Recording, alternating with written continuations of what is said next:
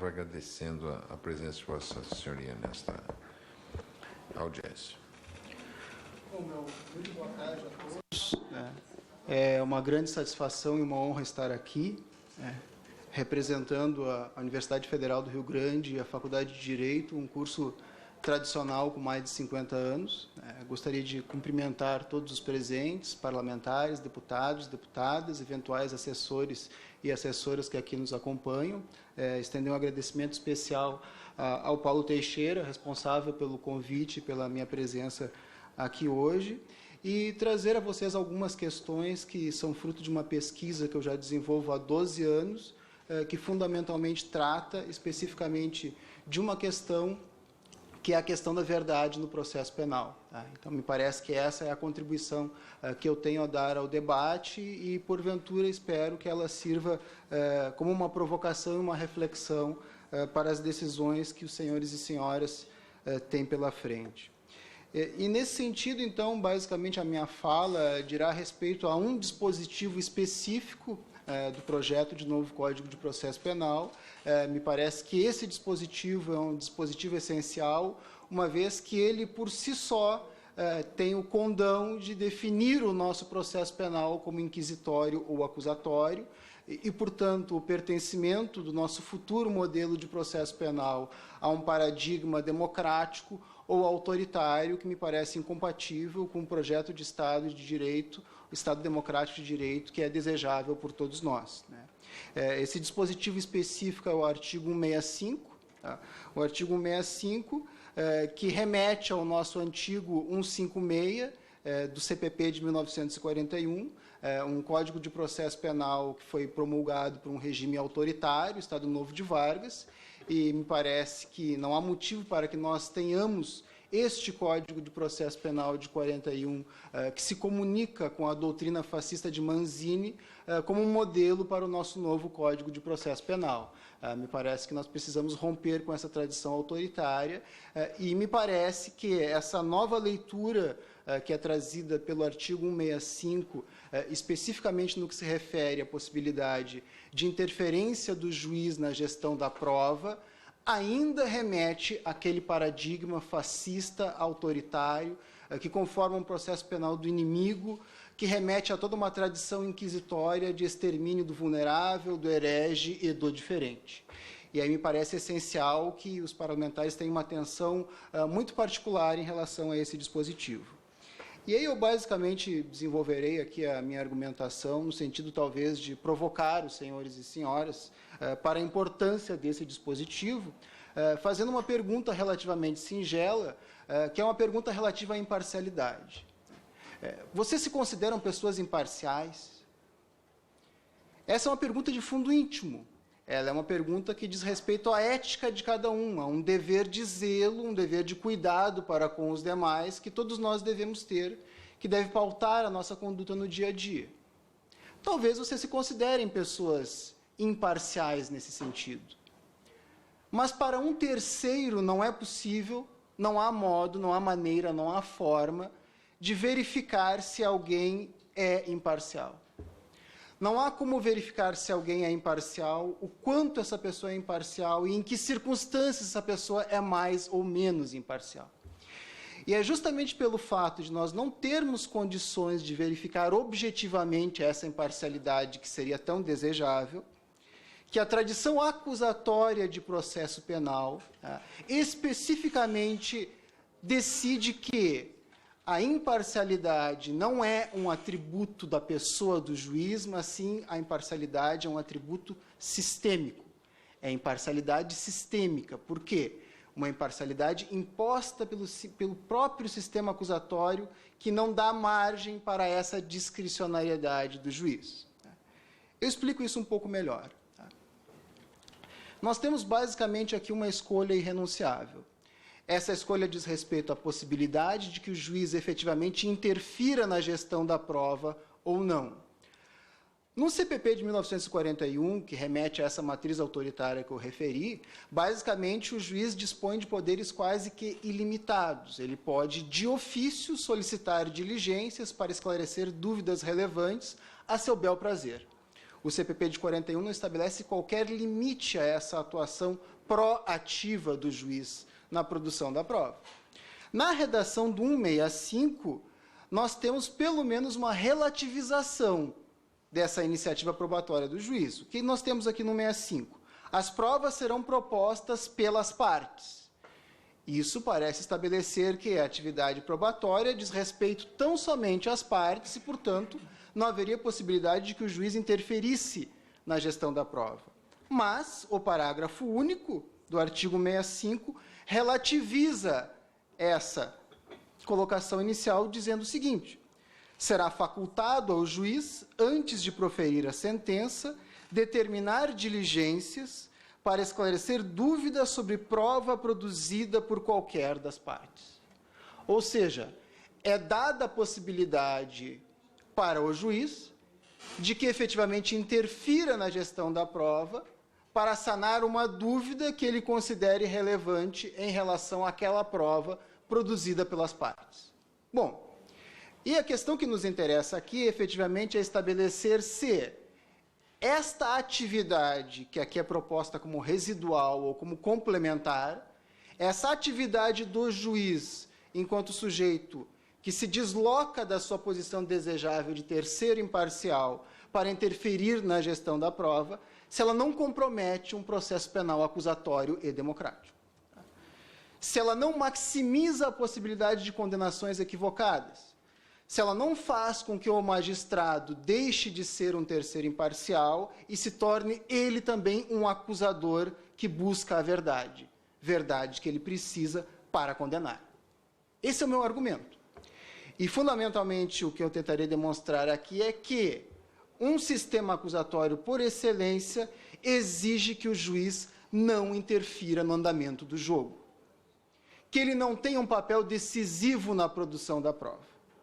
Bom, quando eu digo que é a gestão da prova que define se um sistema é acusatório ou inquisitório, eu estou me conectando a uma tradição acusatória de processo penal, cujo nome de maior excelência no Brasil é o professor Jacinto Nelson de Miranda Coutinho, que efetivamente diz que o que caracteriza um sistema como acusatório ou inquisitório é essa interferência do juiz na gestão da prova. Bom, o meu argumento, como eu referi, é que, com essa redação que aqui está proposta, né, nós temos uma preservação da tradição inquisitória de forma velada, porque permite que o juiz interfira.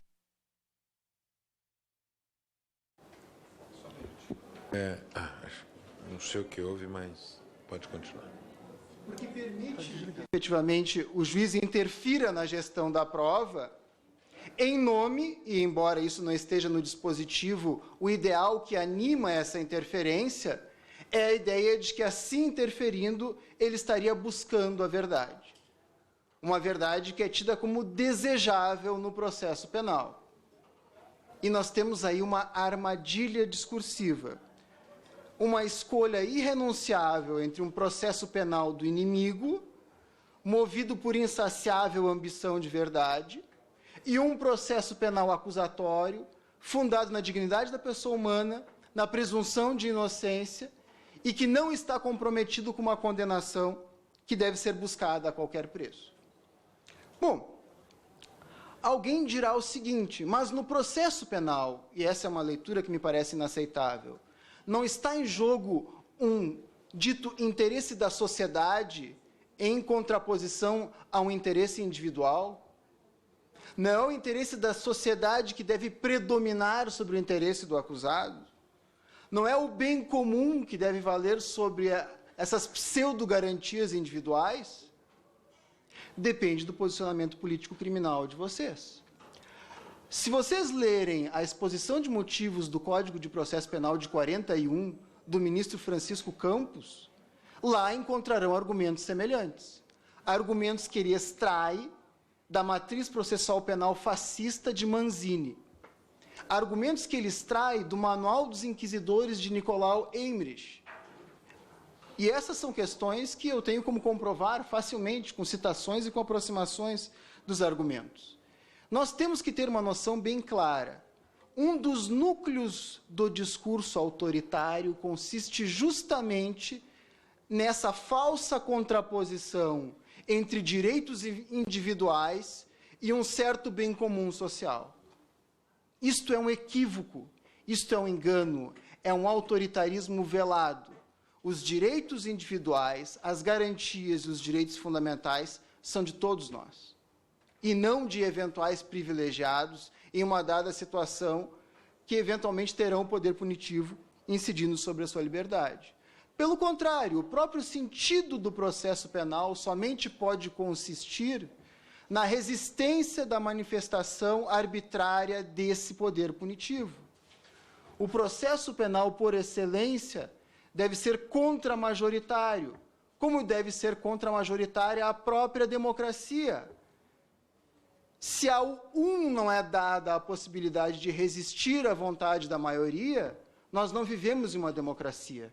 Vivemos em um autoritarismo, em uma vontade das maiorias que oprime a liberdade do E nós estamos perigosamente nos aproximando disso cada vez mais.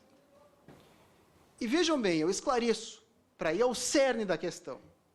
A dúvida não é a dúvida que autorizaria, então, que o juiz, de forma complementar, de forma residual, determinasse uma espécie de exame mais profundo acerca daquela prova produzida pelas partes? Aí eu pergunto aos senhores, mas qual o sentido dessa dúvida? Nós temos um princípio do processo penal que vocês encontrarão nos livros de qualquer autor de processo penal. Um princípio que é essencial ao processo penal democrático, o indúbio pro réu. E aqui a escolha é irrenunciável, porque dúvida não pode representar duas coisas distintas para o processo penal. Ou dúvida é absolvição, e se o juiz está em dúvida, ele absolve, e é tão simples quanto isso. Ou dúvida é a continuidade de um trabalho prospectivo, a continuidade de um trabalho de rearranjo das peças no tabuleiro, para que ele obtenha aquilo que ele deseja, que é a condenação. Dúvida não pode significar as duas coisas. Ou dúvida é absolvição por força do indúbio pro réu, ou dúvida é o juiz tem na sua cabeça uma imagem pré-definida acerca da culpabilidade do acusado e ele transformará o processo em uma marcha gradual rumo à confirmação dessa hipótese. Aquilo que se chama de primado das hipóteses sobre os fatos. E isso não significa necessariamente que o juiz é perverso ou malévolo, e não é uma análise maniqueísta que eu faço aqui. Porque nós sabemos desde Freud que a consciência nos é opaca, que existe algo subjacente àquilo que é consciente, e nós não temos controle disso. Do mesmo modo que a neurociência diz hoje em dia que nós não somos livres do modo como pensamos. Não existe esse livre-arbítrio tão idealizado. As nossas decisões, em grande medida, são determinadas por processos causais, dos quais nós não temos controle. Entregar ao juiz a possibilidade de que ele decida o resultado do jogo, desconsiderando completamente o papel de produção das partes, das provas que pertencem exclusivamente às partes, é aceitar que a gente tem um jogo de cartas marcadas. E esse jogo é antidemocrático por definição. Diria ainda mais o seguinte, aos senhores parlamentares, nós estamos vivendo tempos sombrios de proliferação de decisionismos. Há um desprezo manifesto dos atores judiciais pela forma. Há uma liberalidade no uso das formas. Hoje há um ativismo judicial, um ativismo judicial verdadeiramente messiânico, movido por um utilitarismo desmedido, que elege um dado fim como desejável e que aceita qualquer meio para a obtenção desse fim. Esse utilitarismo desmedido está produzindo um estado de exceção permanente, um processo penal autoritário e antidemocrático. Um processo penal autoritário e antidemocrático que pode incidir sobre cada um de nós. Amanhã podem ser os senhores, os objetos desse processo penal que não respeita a forma, os objetos desse processo penal de exceção que admite que decisões sejam tomadas pura e simplesmente com base na eleição de alguém que considera que aquele é um caso especial e que, portanto, pode ser tratado de forma diferenciada. Amanhã o caso de vocês pode ser o caso especial, amanhã o processo penal de exceção pode ser o de vocês, e isso é contrário à democracia, isso é contrário à garantia, isso é contrário ao devido processo legal. Não podemos conviver com isso. Cabe aos senhores construir amarras legislativas para impedir que os processos se transformem em máquinas de confirmação autoritária de hipóteses previamente definidas por juízes que muitas vezes podem nem sequer estar conscientes dessas hipóteses prévias, mas mesmo assim fazem do processo uma máquina autoritária e antidemocrática. Eu peço aos senhores que tenham a dignidade de apostar na tradição dialógica, de apostar na possibilidade de que o conhecimento pode ser construído com base no contraditório, observando garantias, observando o devido processo legal, respeitando a forma e coibindo a interferência do magistrado, do mesmo modo que nós não aceitaríamos essa interferência em um jogo de futebol. Não nos parece aceitável que alguém marque pênalti quando uma falta acontece no meio de campo, nem que escanteio seja gol. Mas é nisso que estão transformando o processo penal no Brasil. E com isso esta casa não pode, de modo algum, pode esta casa tolerar esse tipo de prática e muito menos assinar embaixo, dando um livre atestado para esse autoritarismo judicial, tá, que inclusive usurpa as funções do legislativo. Tá. E digo mais, um processo penal obcecado pela busca da verdade, um processo penal que delega ao juiz essa função de busca da verdade a qualquer preço, é um processo penal que maximiza condenações equivocadas. É um processo penal que aposta na onisciência do magistrado. Eles são pessoas, são seres humanos, são falíveis como qualquer um de nós. Eles erram como qualquer um de nós. E, por isso, nós precisamos de distribuição de poderes, nós precisamos de um processo penal que dê chance ao acusado para resistir o avanço do poder punitivo. É o que exige a democracia. Eram essas as minhas palavras e eu estou aberto a eventuais questionamentos. Obrigado. Muito obrigado, doutor Sala Hassan Khaled Júnior, que é professor da Faculdade de Direito da Universidade Federal do Rio Grande.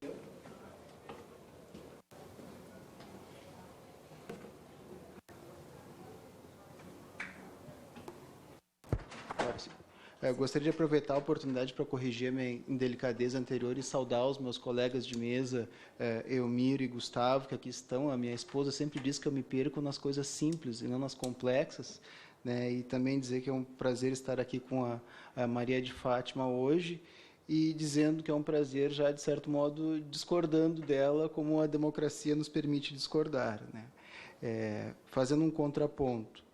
Se vocês derem uma passeada por certas regiões do Rio de Janeiro, vocês vão encontrar uma inscrição nas paredes que diz o seguinte: vende-se carne preta e barato. E tem um número de telefone. O número de telefone é o número de telefone da polícia. Essa aguda crítica policial, essa aguda crítica social que nós encontramos na parede retrata uma realidade inegável que é a seletividade do nosso sistema penal.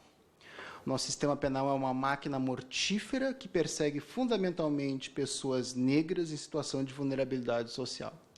Não porque elas cometam mais crimes, porque todos nós cometemos crimes no sentido moderno do termo, todos nós violamos mandamentos e proibições penais com certa regularidade. Mas o sistema penal persegue preferencialmente um tipo de pessoa.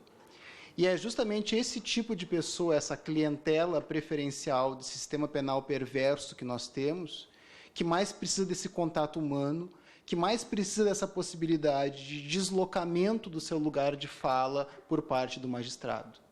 Com isso, eu não faço nenhuma crítica a Maria de Fátima, que com certeza mostrou que é uma pessoa sensível, mas eu me coloco aqui exatamente na mesma posição que eu defendi anteriormente. Eu não tenho como me assegurar de que os outros juízes terão essas qualidades também, que também serão pessoas sensíveis, que serão capazes de dar esse salto tão grande, que é o de conseguir se identificar com uma pessoa em situação de vulnerabilidade, que nem sequer na frente dela está. E não há substituto para o contato humano, me desculpem, eu não consigo crer nisso. Do mesmo modo que eu não acredito na educação à distância, não acredito em aulas televisionadas como substituto para a relação que eu tenho com os meus alunos, eu não acredito na videoconferência como substituto para o contato que o magistrado deve ter com o acusado. Eu penso que isso dificulta ainda mais isso que é tão difícil, que é esse sentimento de empatia com aquele que normalmente é o diferente. E penso também que o conceito de celeridade é um conceito que se comunica com o processo civil, que é de difícil adequação ao processo penal, no qual nós devemos pensar, sim, em direito a ser julgado no prazo razoável, que é algo bem diferente da ideia de celeridade. E penso que esse tipo de inovação tecnológica, ainda que traga um benefício financeiro, e logicamente nós temos que nos preocupar com isso, não pode ser introduzido sem uma reflexão profunda sobre a possibilidade de que a gente minimize a eficácia de um instituto pensado para reduzir danos e, com isso, torne ele menos eficaz naquilo que é o seu sentido último, que é justamente diminuir a arbitrariedade. Quanto ao questionamento do deputado, acerca do processo penal democrático e do processo penal de exceção, eu agradeço a pergunta porque me permite enfatizar de forma mais clara algo que eu sustentei antes. Não me parece que é suficiente, e quando eu digo isso, a tradição acusatória fala aqui através de mim, que nós tenhamos uma separação inicial das funções de acusar e julgar. Não me parece suficiente que nós tenhamos um acusador enquanto órgão distinto do magistrado, se nós permitimos que no processo o magistrado se comporte como o acusador fosse. Um exemplo claro que nós encontramos desse tipo de atitude e que reitera o projeto persecutório do CPP de 41 é o artigo 420, que nós encontramos aqui no PL 8045/10. O que diz o artigo 420? O juiz poderá proferir sentença condenatória nos estritos limites da denúncia, ainda que o Ministério Público tenha opinado pela absolvição, não podendo, porém, reconhecer qualquer agravante não alegada ou causa de aumento não imputada. Vejam bem, o titular da pretensão acusatória, o Ministério Público, pede a absolvição e, mesmo assim, o juiz pode condenar. Isto é um absurdo autoritário. Isto é o juiz preenchendo uma falta. Isso é o juiz operando como se acusador fosse em nome das suas próprias preferências. Isso não é aceitável em um processo penal acusatório democrático, que exige justamente que o magistrado esteja fixado na posição de terceiro imparcial. Dizer que, em caso de dúvida quanto à prova produzida pelas partes, o magistrado pode ele continuar a revirar a areia, a escavar, a movimentar as peças no tabuleiro em busca da verdade, significa dizer que o magistrado pode efetivamente buscar a condenação de forma deliberada. Porque se ele está em dúvida, como eu disse antes, ele deve absolver. É o que um dúbio pro réu impõe. Dizer que, em caso de dúvida, ele pode continuar com a sua pá, revirar o solo em busca de um X que se encontra no chão, é uma ilusão. A verdade não está no processo penal, ele não encontrará a verdade dessa forma. Pelo contrário, ele apenas confirmará a sua própria subjetividade, a sua própria hipótese de que o acusado é culpado. E se nós aceitamos que o juiz pode efetivamente fazer isso, interferir de forma deliberada na gestão da prova, para confirmar a hipótese que é desejável por ele, nós matamos o processo penal democrático por completo. Não há esperança para o acusado em um processo no qual o juiz se comporta assim. E não me parece que seja razoável que a gente deixe isso ao arbítrio e ao bom juízo daqueles juízes que são comprometidos com a democracia. E eles são muitos. São muitos os juízes que respeitam as regras do jogo do devido processo legal, que não se comportam como inquisidores, que respeitam a forma e que estão comprometidos com a consolidação do Estado Democrático de Direito. Mas eu não quero depender da escolha desses juízes. Eu quero um sistema processual penal que efetivamente impeça que um magistrado seja vítima da sua subjetividade ou que de forma perversa manipule o resultado final do processo. É isso que eu teria a dizer. Obrigado, deputado. Obrigado, doutor Sala Hassan Khaled Júnior. E passo a palavra à doutora Maria de Fátima dos Santos Gomes para suas